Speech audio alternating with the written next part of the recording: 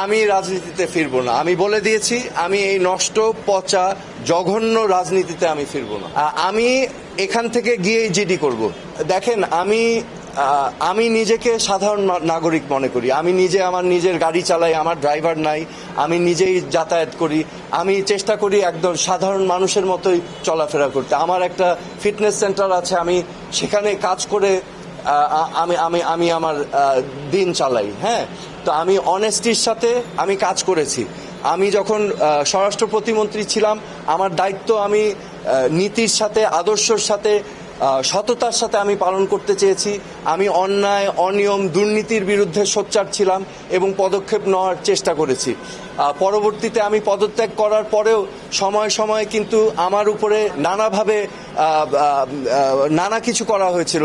2013 সালে আমার এক ভাগিনা রাকিবকে পুলিশ নিয়ে নির্যাতন করেছিল, সেটা নিয়েও মামলা হয়েছিল। পরবর্তীতে 2018-19 সালে আমার আরেক ভাগিনা, ওকে কিন্তু অপহরণ করে এই যে আজকে যে আয়নাঘর আছে, সেই আয়নাঘরে 11 দিন রাখা হয়েছিল।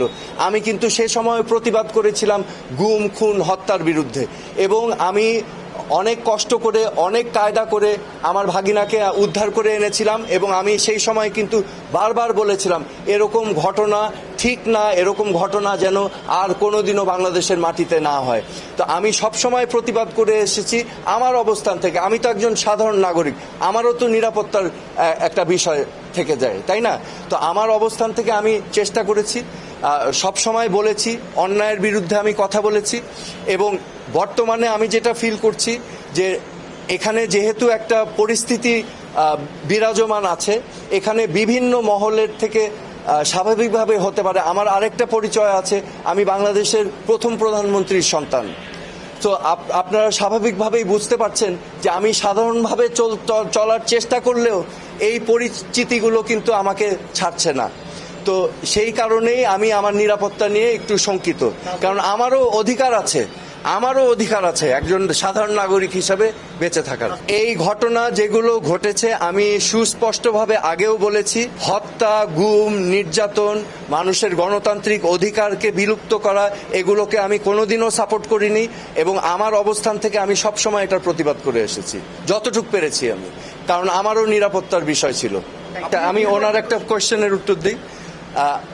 আমি মাননীয় প্রধান উপদেষ্টা, স্বরাষ্ট্র উপদেষ্টাকে জানিয়েছি এবং ওনার সাথে আলাপ করে আমি এখন সেনাবাহিনীর প্রধানের কাছে আমি আহ্বান করব যে আমি যখন ওই গেট দিয়ে ঢুকেছিলাম, জাহাঙ্গীর গেটে কিন্তু হাই রেজুলেশন সিসিটিভি ক্যামেরা আছে। তো আমাকে যেই মোটরসাইকেল ফলো করেছিল, আমার বিশ্বাস সেই মোটরসাইকেলের লাইসেন্স প্লেট বের করে তার পরিচয় নির্ধারণ করা সম্ভব, সেনাপ্রধান যদি চান।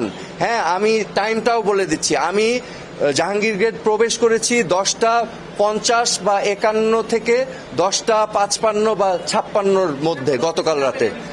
আমি সেনাপ্রধানের কাছেও জানতে চাবো এটা যেন উনিও তদন্ত করেন, কারণ আপনারা জানেন যে এখানে ঢাকা মহানগরের পুলিশ কমিশনারও ছিলেন, এখন ওনাদের এখতিয়ার নেই ক্যান্টনমেন্টের ভিতরে। তো আমি সেনাপ্রধানের কাছেও আহ্বান জানাচ্ছি এটা তদন্ত করার জন্য। আমি এখান থেকে গিয়ে জিডি করব। আমার কথা স্পষ্ট, আমি বারবার বলেছি আমার রাজনীতিতে আসার কোনোই আগ্রহ নাই।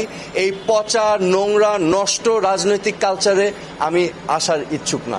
আমি মনে করি যে কোনো রাজনৈতিক দলের উপরেই প্রতিহিংসা বা নিপীড়ন করা সঠিক না, সেটা যেই দলই হোক। হ্যাঁ, সো এখানে অনেক নিরীহ নেতাকর্মীরা আছেন, তাদের উপরে অত্যাচার, নির্যাতনের আমি নিন্দা জানাচ্ছি।